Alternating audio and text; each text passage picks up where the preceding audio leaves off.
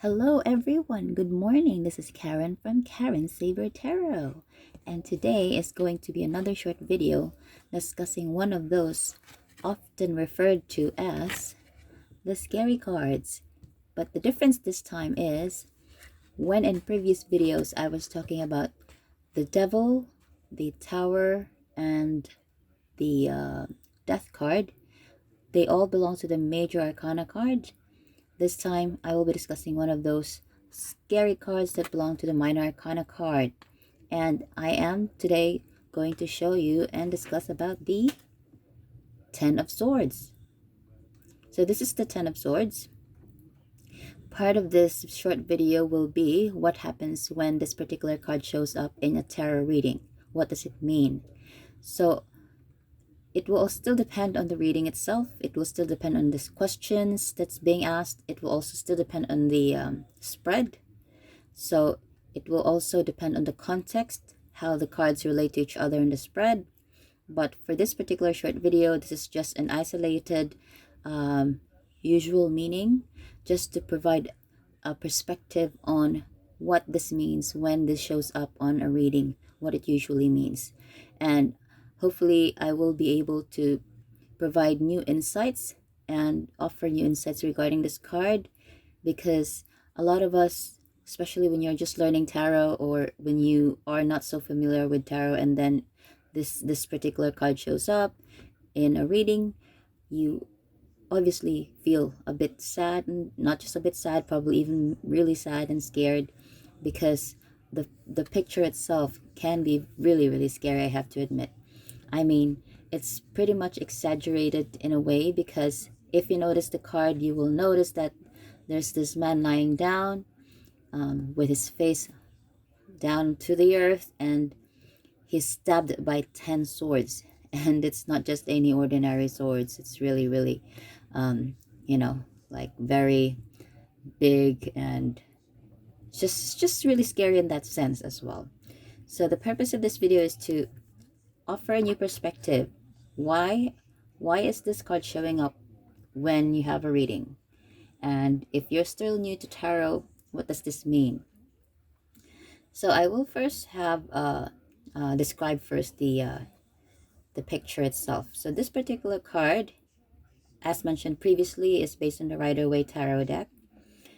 If you buy tarot decks and different tarot decks, and they are based on the Rider-Waite system, you will definitely see, maybe there will be some modifications too, but you will definitely see the same illustration, more or less. 10 swords is more prominent.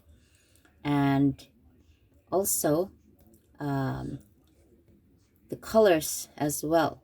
So notice the colors. There's this body of water as reflected in the colored blue color or light blue color, and then you will notice another yellow color on top. It's like the horizon here, between the horizon, between the sun, possibly a sun setting or a sun rising, and the body of water. And on top of those yellow color, you will see as well some black, pitch black color, which suggests either, because there's this yellow thing, which we cannot really tell if it's the sun setting, approaching nighttime, or the sun rising, so approaching daytime. So with this particular concept of the colors, when I mentioned that we are not able to tell whether it's approaching nighttime or approaching the sun setting, or the sun rising, approaching daytime, it tells us that by the symbology of the sun possibly setting or possibly rising, that this has something to do with new beginnings. This can also have something to do with endings. So you might remember when I was discussing in the previous video about death, a major arcana card that shows us or tells us about transformation. Well, this particular card is more or less the same. However, because this belongs to the minor arcana card, this does not necessarily imply that this is a major life lesson all the time, but it can also imply that this is definitely an end or possibly a beginning of something. So, depending on the context of the question or the spread that's being used as well, it definitely means that looking at the horizon here, something needs to end, and then for it to make way for new beginnings, or vice versa, or something has ended so that a new beginning can start. So that's one of those meanings whenever you see the Ten of Swords. But because we are seeing swords is about communication as well, and it's also about the intellect. So, and possibly as well, it can also be about conflict. That's what the sword represents. So, whatever it is, whether it be conflict, it definitely resembles something that has been, that has come to an end. So, if it's a conflict, this particular conflict has ended, and that there is no other way for it to go but forward. So, when a conflict has ended, that's it. You can never go back because it's there.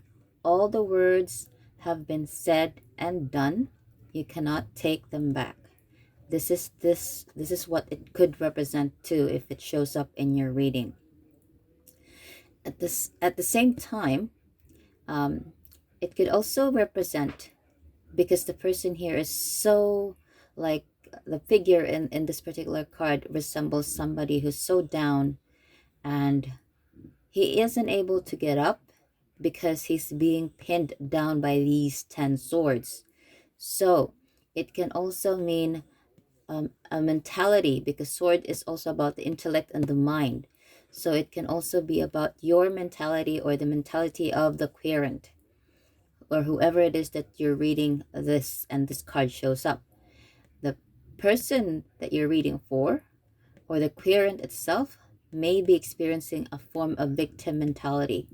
That because the swords are there, pinning him down, he feels or she feels that she is not able to get up.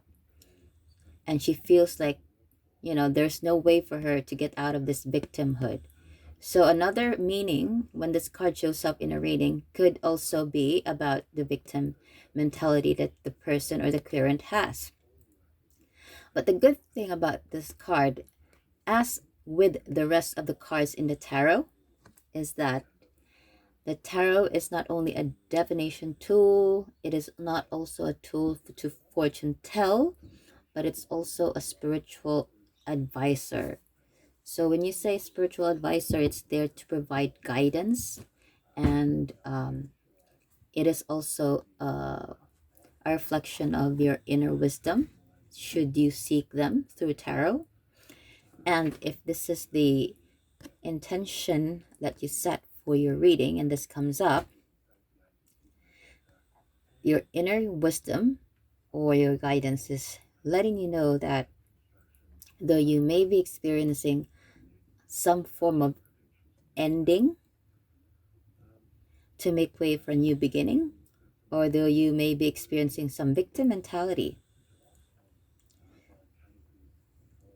you are capable of choosing to get away or move away from that victim mentality.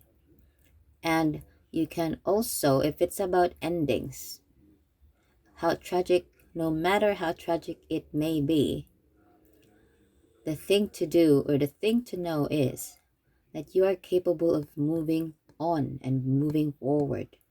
There is no other way, once you see this in your card, but to undergo the process of maybe grief, sadness, and then healing.